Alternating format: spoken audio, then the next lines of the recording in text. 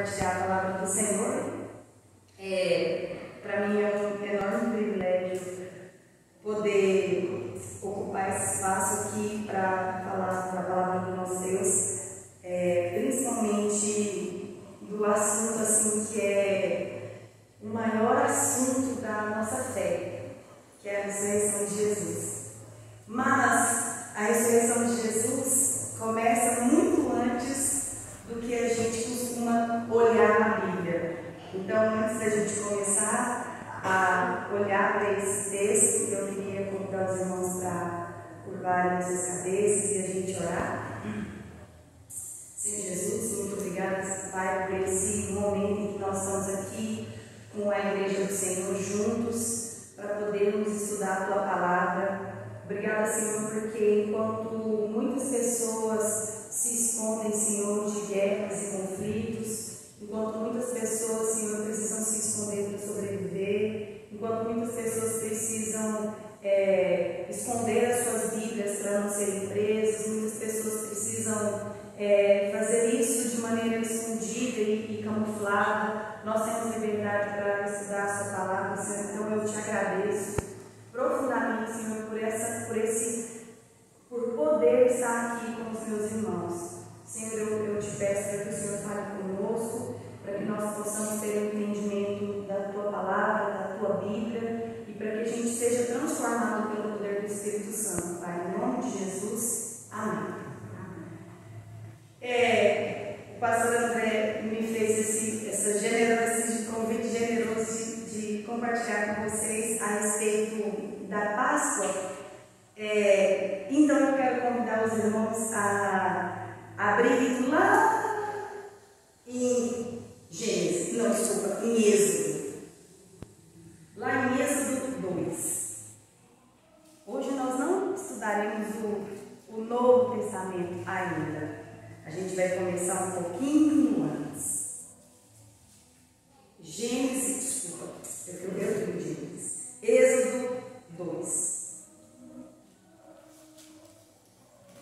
Quando a gente, todo mundo abriu, eu pegando de Deus do céu.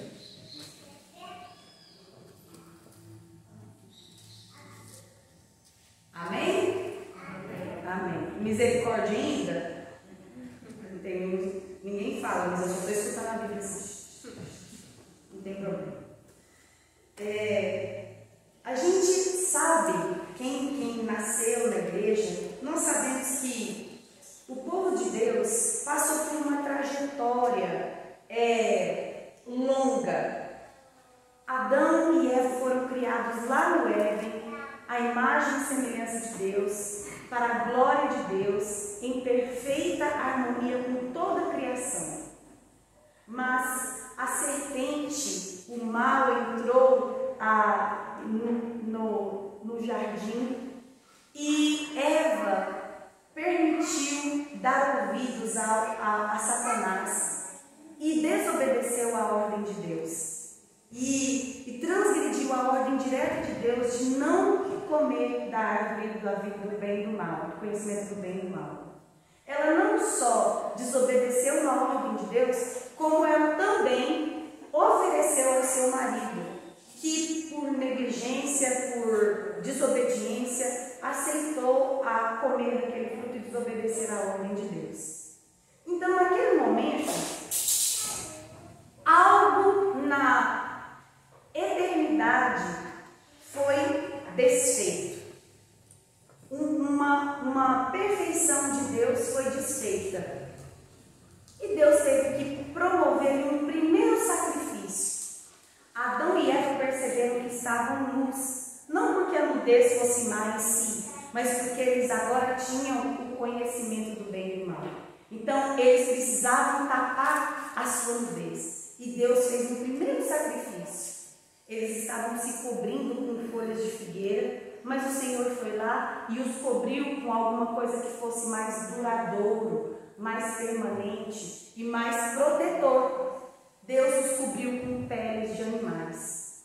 Deus fez com que eles não tivessem que trocar aquelas folhas que secavam de manhã e de tarde e eles tinham que ir lá e arrancar outras folhas e se cobrir novamente, porque isso era um processo infinito de cobertura por alguma coisa que durasse por muito tempo. Então Deus fez um sacrifício e cobriu a sua nudez. Já que Adão e Eva não conseguiam cobrir o coração que estava pecaminoso, então eles pelo menos cobriam ali o seu corpo, a sua nudez. E ali Adão e Eva são expulsos do Éden, e Caim e Abel, eles têm 2 filhos. Mas um dos filhos oferece um sacrifício que agrada a Deus e o outro que desagrada a Deus. E esse mal que havia entrado no Éden por Eva já tinha permeado o coração daqueles 2 filhos. Caim mata Abel. Mas Deus promove um substituto para Abel, Sete. E Sete tem vários filhos, que tem netos, que tem bisnetos, que chega em Enoque, que tem mais netos e bisnetos, e chega até Matusalém, homens que agradaram a Deus. E o fato deles terem agradado a Deus fez com que seus nomes ficassem ali, permanecidos na Bíblia, gravados. Foram homens que andaram com Deus. Até chegar um homem chamado Noé. A terra estava má. A natureza do homem tinha sido tão profundamente corrompida que Deus, entre aspas, se arrependeu de ter feito o homem. Mas ele olhou para um homem, Noé, descendente lá de Sete, o substituto de Abel, e falou: esse homem me agrada, vou preservar esse homem porque ele anda segundo o meu coração. E ele preservou aquele homem ali na arca, e junto com a sua mulher, os seus 3 filhos, e todos um espécime da criação. Falamos: vamos recomeçar. E ali a gente tem um vislumbre do que seria Jesus. Uma arca onde a gente pode entrar para se proteger da perdição. Mas isso ainda não é história. O dilúvio passa, os 40 dias de chuva passam, Noé aterriza. Noé deposita sua arca lá no Monte Ararat, ele sai de dentro da arca, planta uma enorme vinha e se bebeda. Cão, quando vê o seu pai bêbado, zomba do seu pai, chama os seus irmãos: vem ver, nosso pai está pelado. E os Sem e Jafé, que eram os outros 2 irmãos, cobrem a nudez do seu pai. Falam: que isso? Está zombando do nosso pai porque ele está nu. E quando Noé percebe que Cão havia feito, amaldiçoa. Fala: Cão, você será escravo dos seus irmãos. As suas terras pertencerão a eles. E para os filhos de Sem, eu prometerei uma grande bênção, porque ele cobriu a minha nudez, a minha vergonha. Então havia ali uma terra prometida para os filhos de Sem, a terra de Canaã. E aí, Sem tem um monte de filhos, Jafé tem um monte de filhos, Cão tem um monte de filhos, cada um ocupou um espaço. Sem tem filhos e netos e bisnetos e tataranetos, e esses filhos se espalham até um monte de lugar, até chegar numa terra chamada Ur. Um homem estava lá na terra de Ur dos Caldeus, descendente de Sem, e Deus chama esse homem: Abraão, sai da tua terra, da terra da tua parentela, e vai para uma terra onde eu te mostrarei. Vá para a terra de Canaã. Você está vendo? A terra que foi prometida aos descendentes de Sem, e ele era um descendente de Sem. Então Abraão sai, e no meio do caminho ele passa pelo Egito, ele transita ali até ele chegar lá nessa terra de Canaã. E nesse meio de tempo várias coisas acontecem. Ele tem um filho, Isaac tem outro filho, Jacó tem um punhado de filhos, 12 filhos. Um desses filhos acaba, por soberania de Deus, indo para uma terra totalmente diferente, Egito. José vai parar no Egito, não porque ele merecesse ou porque ele fosse vítima de algum mal, mas porque Deus o colocou lá. Ele chega no Egito como escravo, e ele termina a história como o segundo homem do governo. Abaixo de Faraó só tinha José, porque Deus tinha um plano. E aí, quando eles estavam lá no Egito, uma grande fome aconteceu no mundo, e José, que nesse momento era um homem super poderoso, chama toda a sua família: gente, venha para o Egito, venha para cá, porque aqui eu sou o governador e eu posso alimentar todos vocês. E aí vem Jacó, vem os irmãos de José, e lá eles se estabelecem. E eles ficam lá por muito tempo, até que o rei morre, Faraó morre, o filho do Faraó morre, o neto do Faraó morre, o tataraneto, até chegar num ponto que ninguém se lembrava como é que esse monte de hebreu, esse monte de filhos de Abraão tinham chegado lá. Deus conduz a história de um jeito, linear e muito organizado. E a gente vai começar exatamente nesse momento, quando Deus intervém numa situação.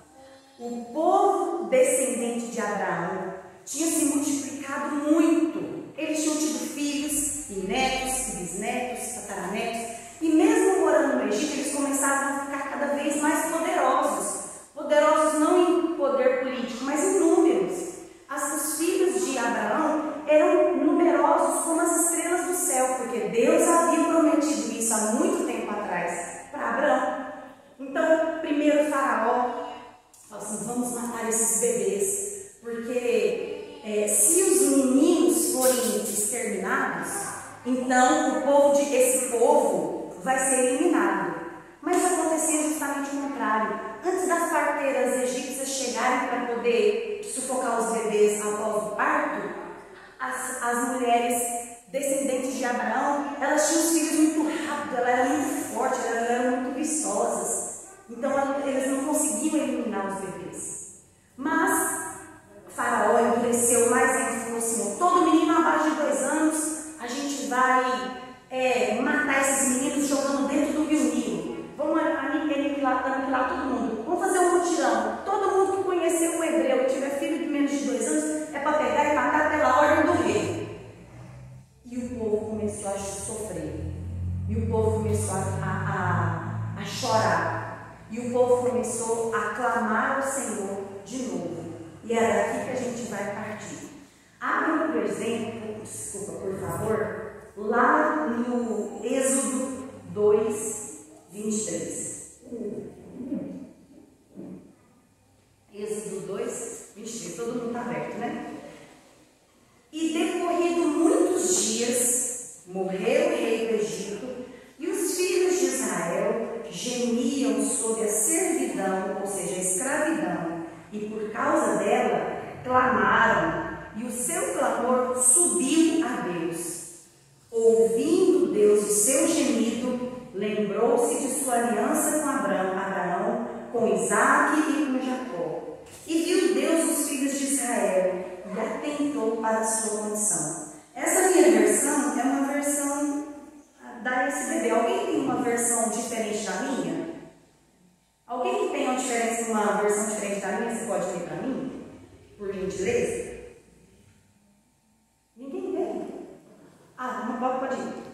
E aconteceu ao passar do tempo que o rei do Egito morreu, e os filhos de Israel suspiraram por causa da servidão. E eles clamaram, seu grito subiu a Deus por causa da servidão. E Deus ouviu seus gemidos, e Deus se lembrou do seu pacto com Abraão, com Isaque e com Jacó. Amém. Eu queria fazer, além de estudar sobre a história da Páscoa, um paralelo entre o que a gente vê aqui no texto e algo que nós vivemos nos dias de hoje. Deus ouviu aquele povo, Deus viu aquele povo e Deus atentou para a condição daquele povo.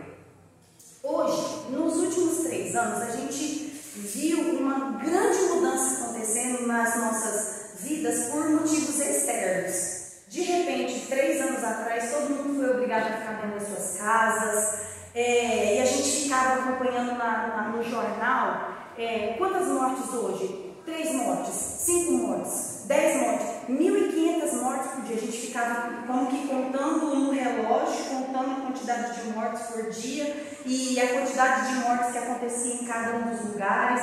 A gente viu gente muito próxima da gente falecer, gente muito próxima da gente adoecer, e a gente ficou nessa sensação de que, meu Deus, que loucura! Parece que a gente está vivendo será que Deus está vendo o que está acontecendo nesse momento? De repente, as pessoas que estavam em casa para se proteger do vírus começaram a sofrer de uma grande ansiedade, porque estavam presos dentro de casa, não tinham contato com seus familiares, e aí um nível absurdo de suicídio começa a acontecer, mas não era suicídio entre pessoas com histórico de depressão, era suicídio entre jovens, e uma sensação de que a morte estava muito próxima, todo mundo começando a falar sobre isso em circunstâncias diferentes, mas um sentimento muito parecido com esse que o povo de Deus estava vivendo aqui. E aí, quando as pessoas perguntavam umas às outras, como que você está? A resposta geral era, que isso? Está todo mundo assim, está todo mundo mal, está todo mundo passando por dificuldade, porque aí o emprego de todo mundo caiu, a renda de todo mundo caiu, todo mundo com crianças dentro de casa, perdendo no letivo. A não ser que você fosse uma pessoa, um crente muito alienado, era muito difícil você ouvir alguém falando assim, estou ótimo, nossa, estou bem, graças a Deus. Isso é uma resposta que não vinha nos últimos 3 anos, mas a gente tem a sensação de que isso começou 3 anos atrás, mas isso começou muito antes. Não houve um tempo em que as coisas não foram assim. E assim, quando o povo de Deus clama ao Senhor, o Senhor ouve, o Senhor vê e o Senhor sabe. Então aqui nessa situação, o povo de Deus começou a clamar e Deus separa o homem. Vou sair daqui de perto. Se vocês não estiverem me ouvindo, vocês me avisem. Tem mais gravando. Deus levanta um homem, pega um homem hebreu, um homem escravo, de sangue escravo, e coloca ele lá no meio do palácio do faraó. Pela sua soberana vontade, esse menino que era para ser morto, acaba sendo criado como um príncipe. E você pensa assim, mas Deus sabe de tudo mesmo. Olha que plano maravilhoso, o Senhor arquitetou, pegou um escravo e colocou ele como quase um faraó. É isso, danado Deus. Quando esse homem crescer, certeza absoluta que Moisés vai tirar esse povo, porque ele será politicamente poderoso.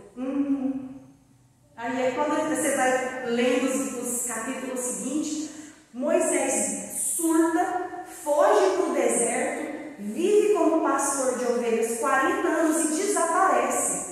O povo lá do Egito nem lembrava quem era Moisés, ele sumiu. Então você fica assim, gente, mas estava tudo encaminhadinho, o filho do escravo foi colocado como presidente, era só uma questão de tempo para esse escravo presidente libertar o povo de Deus com o poder político. Deus age de um jeito que foge à nossa lógica, porque a libertação do povo de Deus podia muito bem ter sido feita aqui por obra política, por obra de poder conquistado por um reinado, né? Ele foi criado como filho de faraó, mas ele surta, foge, e aí Deus o chama lá no meio do deserto. E aí a gente pensa, o povo de Deus clamando, e Deus ouviu, e Deus viu, e Deus atentou, Deus sabia. Nesse momento aqui, gente, quando o povo de Deus começa a clamar ao nome do Senhor, a gente sabe aqui que a libertação virá, mas o povo não sabe. Eles, quando clamavam ao nome do Senhor pedindo libertação, eles estavam orando numa perspectiva horizontal.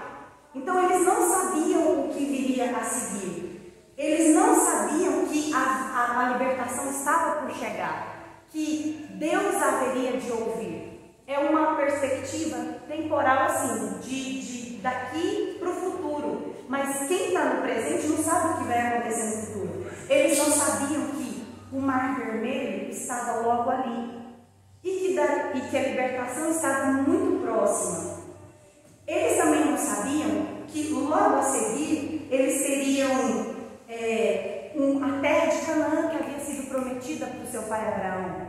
E que logo a seguir viria um rei, o rei Davi, o maior rei do povo de Israel. E que logo a seguir viria um novo rei Davi, Jesus. E hoje nós já vimos tudo isso passando, nós não sabemos quando haverão de acontecer a consumação de todas as coisas, porque nós trabalhamos numa perspectiva horizontal. Deus sabe quando é que vão acontecer todas as coisas.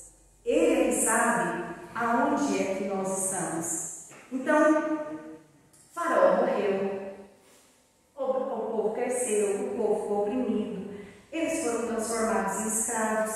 E é tudo isso que o povo sabia, mas Deus sabia de todas as coisas.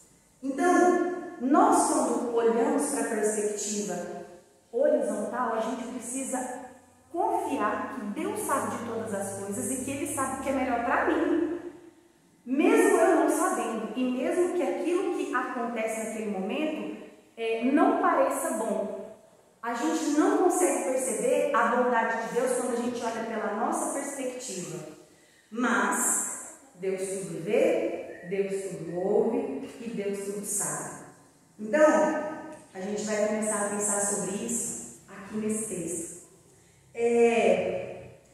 Quando o povo de Deus estava aqui nesse momento extremamente conturbado, a sensação que parece é que Deus não sabia o que estava acontecendo.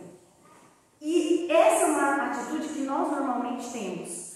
Quando a gente está no momento de sofrimento, a gente acha que Deus não sabe o que a gente está passando. Então a gente tem duas atitudes. Primeiro, mesmo a Bíblia falando infinitas vezes que Deus sabe de todas as coisas, a gente tem a tendência de achar que Deus não sabe.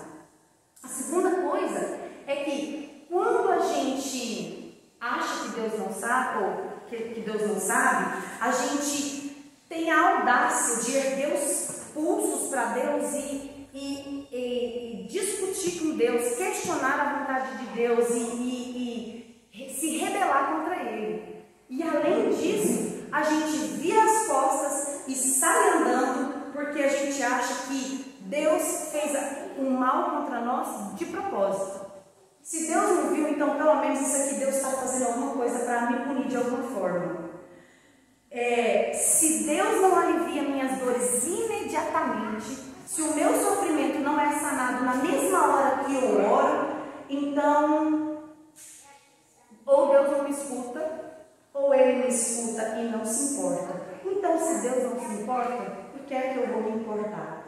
Esse é o nosso jeito de crer ultimamente. Se Deus não escuta se Deus não atende imediatamente os meus pedidos, então eu ajo como se Deus não me amasse. E se Deus não me ama, para que eu preciso desse Deus? A nossa atitude é virar as costas imediatamente. E esse é de uma audácia tão grande para o nosso Criador, porque a gente se coloca numa posição superior a Deus, como se nós soubéssemos o que é melhor para nós, e nós pudermos, como se a gente tivesse assim, ó, Deus, você tem um plano, você executou esse plano, ficou legal, aqui o seu plano, mas eu acho que se eu tivesse feito, teria ficado melhor. É essa mensagem que a gente faz para Deus, que a gente diz para Deus, quando a gente não aceita as coisas que Deus coloca sobre nós com um plano eterno. Mas Deus tudo vê. E não é o nosso sentimento que determina se nós somos vistos ou não. Então, Deus tudo vê. E a Bíblia nos fala isso. Mas parece que não. Parece que Deus não nos vê. Mas a gente não pode ser guiado por aquilo que a gente sente. Ou por aquilo que é pelas aparências. E sim pela palavra do nosso Deus. Se a gente for guiado pelo nosso sentimento, a gente se desvia totalmente de todos os propósitos, de todas as coisas corretas possíveis. Eu vou te falar, quando a gente é guiado pelo sentimento, a gente é enganado o tempo inteiro. Eu vou te dar um exemplo aqui. Você já teve a sensação de estar com fome, mas essa sensação você sabe que é uma mentira? Você acabou de comer uma pratada, depois do almoço você fala assim, parece que eu queria comer alguma coisa. É um sentimento, a gente está sentindo uma necessidade que não é uma necessidade real. Mas se você atender aquele sentimento, você vai ter problemas, você vai ter um excesso de doce no seu corpo e aquilo vai te gerar um problema de saúde. Ou uma pessoa está andando na rua e aí você conhece a pessoa, você deu tchau para a pessoa não te respondeu o tchau, você falou, nossa, eu acho que aquela pessoa está com raiva de mim. A pessoa é míope, tem 4,5 de miopia, ela não te viu, mas você sentiu que a pessoa está com raiva de você. Se você for guiado pelo seu sentimento, você vai viver num mundo de fantasia. Então a gente pode acreditar no nosso sentimento ou a gente pode acreditar na palavra do nosso Deus. Você pode sentir, achar, ter a sensação de que você não é ouvido por Deus, mas a Bíblia diz que sim. E eu vou provar por que a Bíblia diz que sim. Abre por gentileza, meu irmão, que está com a roupa do super-homem, Salmo 27, 25 e 17. E, pastor André, 1 João 5, 15.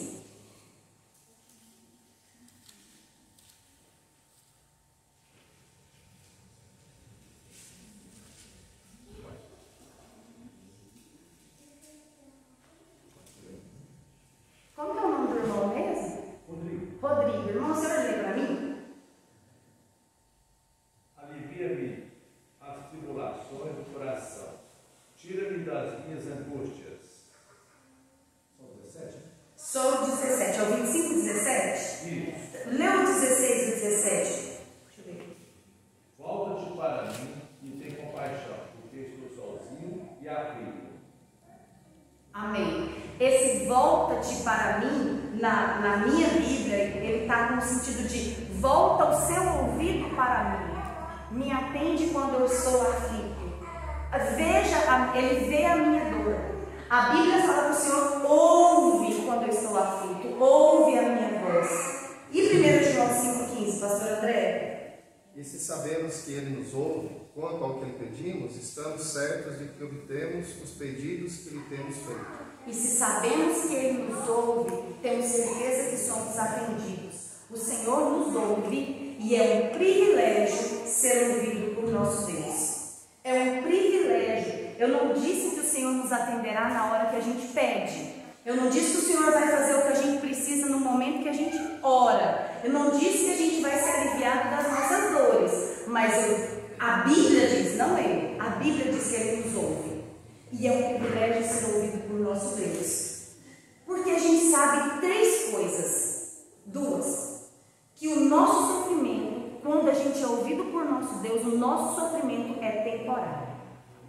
Ele é temporário. Ele tem um propósito. E a terceira coisa, ele não é comparável com aquilo que nos aguarda futuramente. Nem olhos viram, nem ouvidos ouviram o que Deus tem preparado para aqueles que o amam. Então, assim, Deus nos ouve.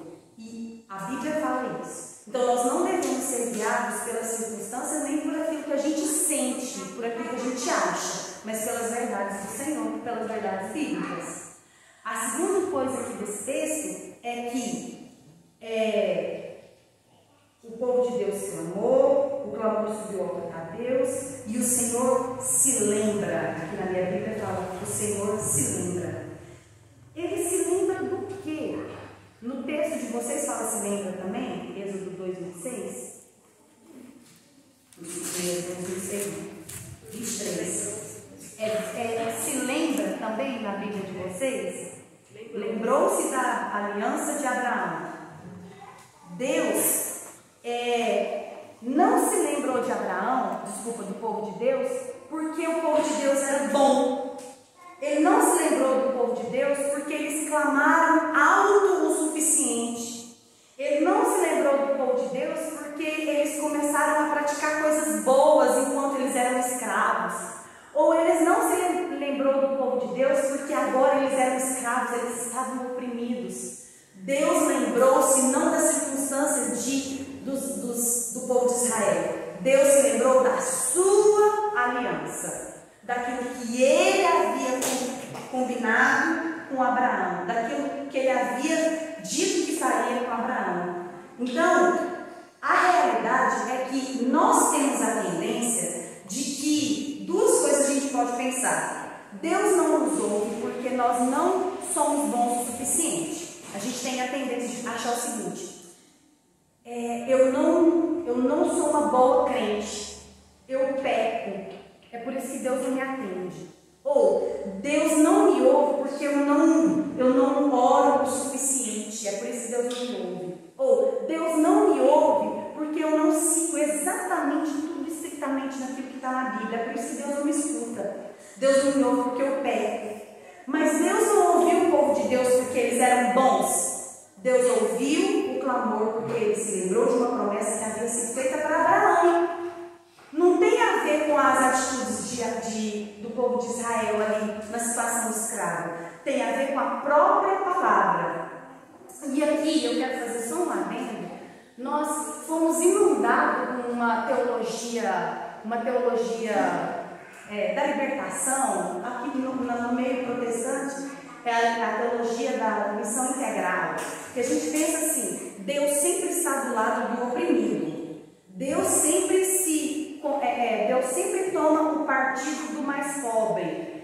Essa foi uma mentira que foi colocada no meio cristão e depois abraçada pelo meio católico com a teologia da libertação e depois pelo meio evangélico pela teologia da missão integral. Deus sempre vai puxar a sardinha para o lado do pobre. Isso não é uma verdade bíblica. Deus não atende o pobre só porque ele é pobre. Ou Deus não atende o rico só porque ele é rico. Tem a ver com seus propósitos eternos. E eu vou mostrar para vocês por que essa mentira ela não pode nos enganar como se Deus fosse tomar partido por um grupo social. Lá em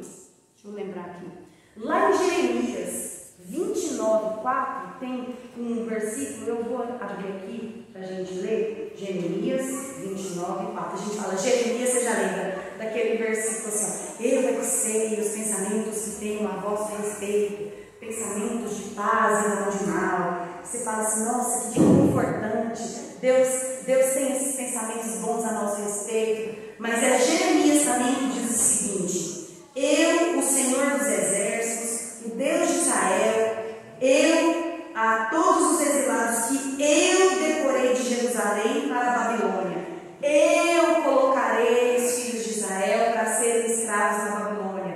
É o Senhor que colocou esse povo para ser exilado longe da sua terra.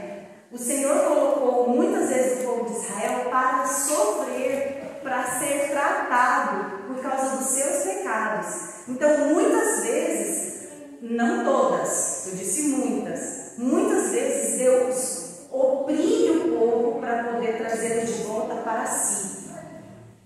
Falado isso, vamos voltar aqui. Você, eu, a igreja do Senhor, o povo de Israel, nunca será bom o suficiente para merecer ser ouvido por Deus. Nunca.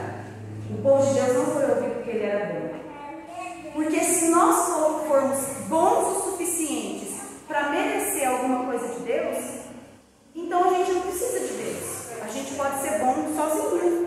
A gente não precisa da bondade de Deus nos alcançando. Se eu sozinha, sem as mãos de Deus me alcançando, conseguir ser tão boa, a ponto de merecer alguma coisa de Deus, então eu não preciso de Deus.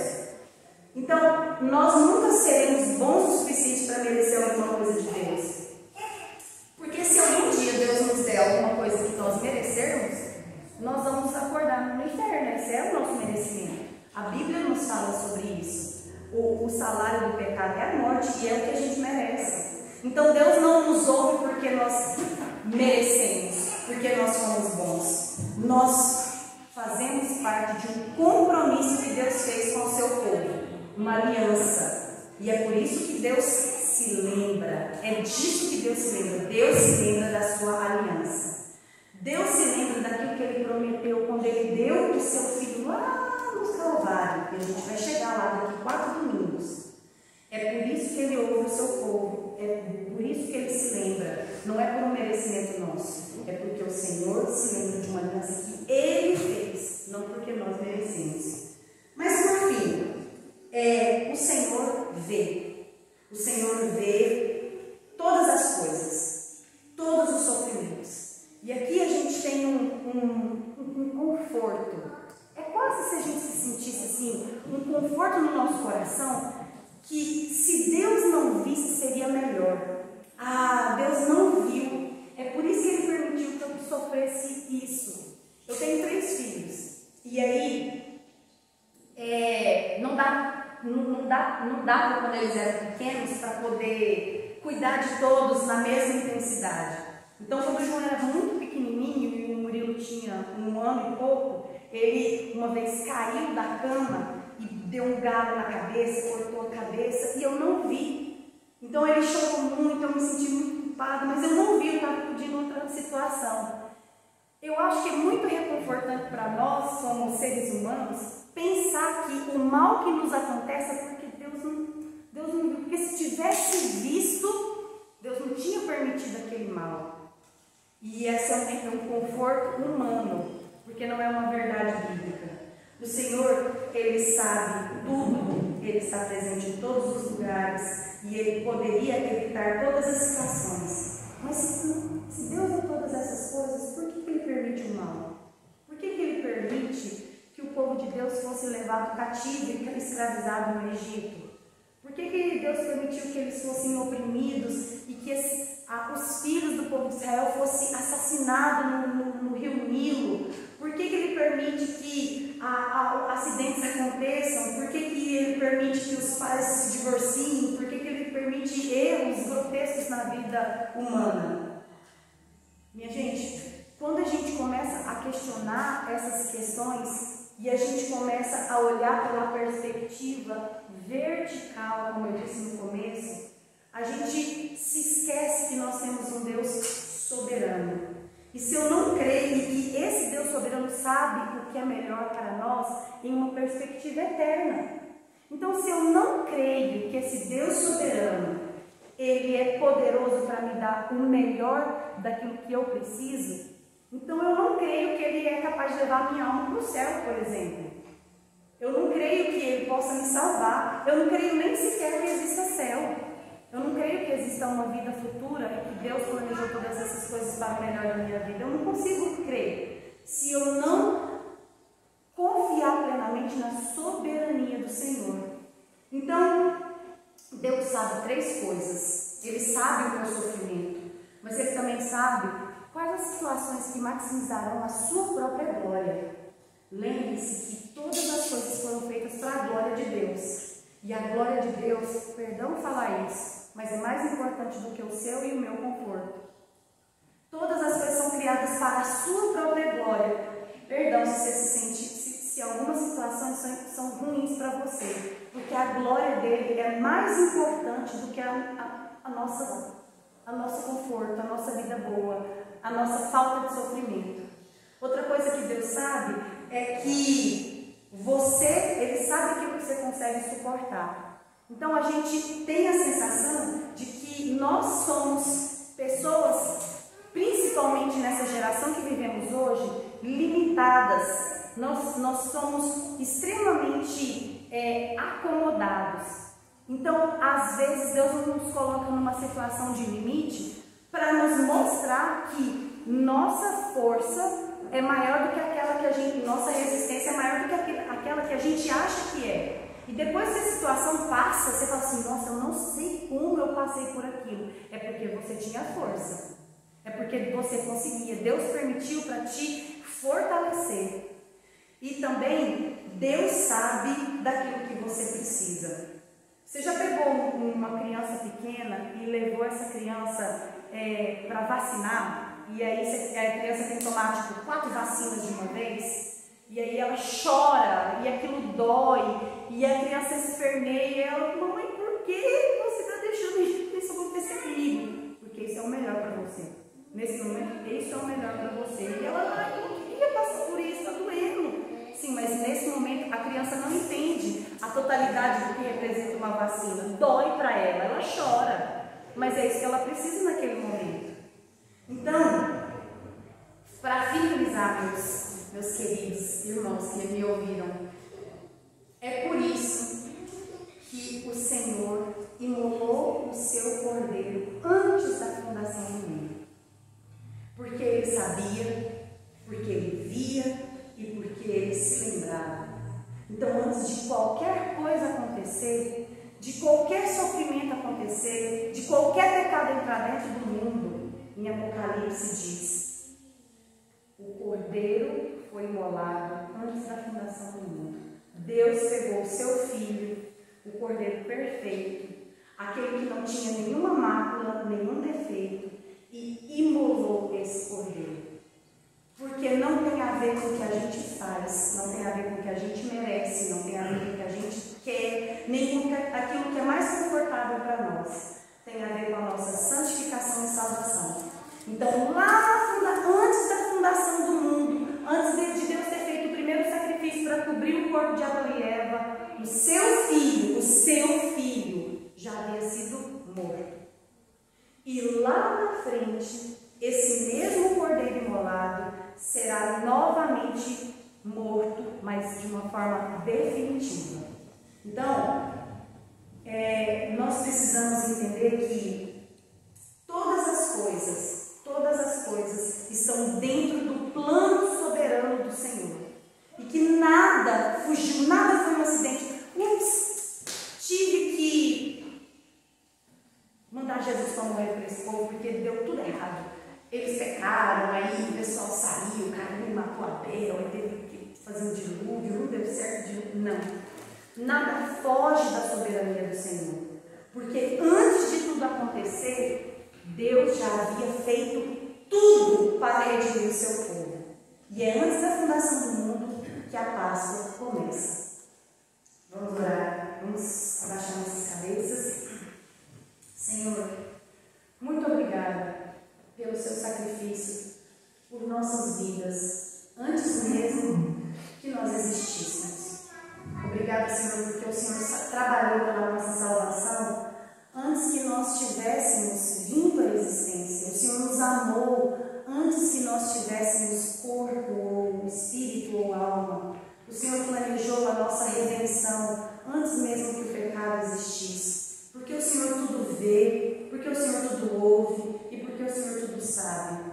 Porque nada, Senhor, foge dos teus planos eternos, porque nada foge da sua soberania e nada, Senhor, nada acontece fora da tua perfeita e soberana vontade, Senhor. Que nós possamos entender isso, Pai, como um conforto, não como uma coisa negativa.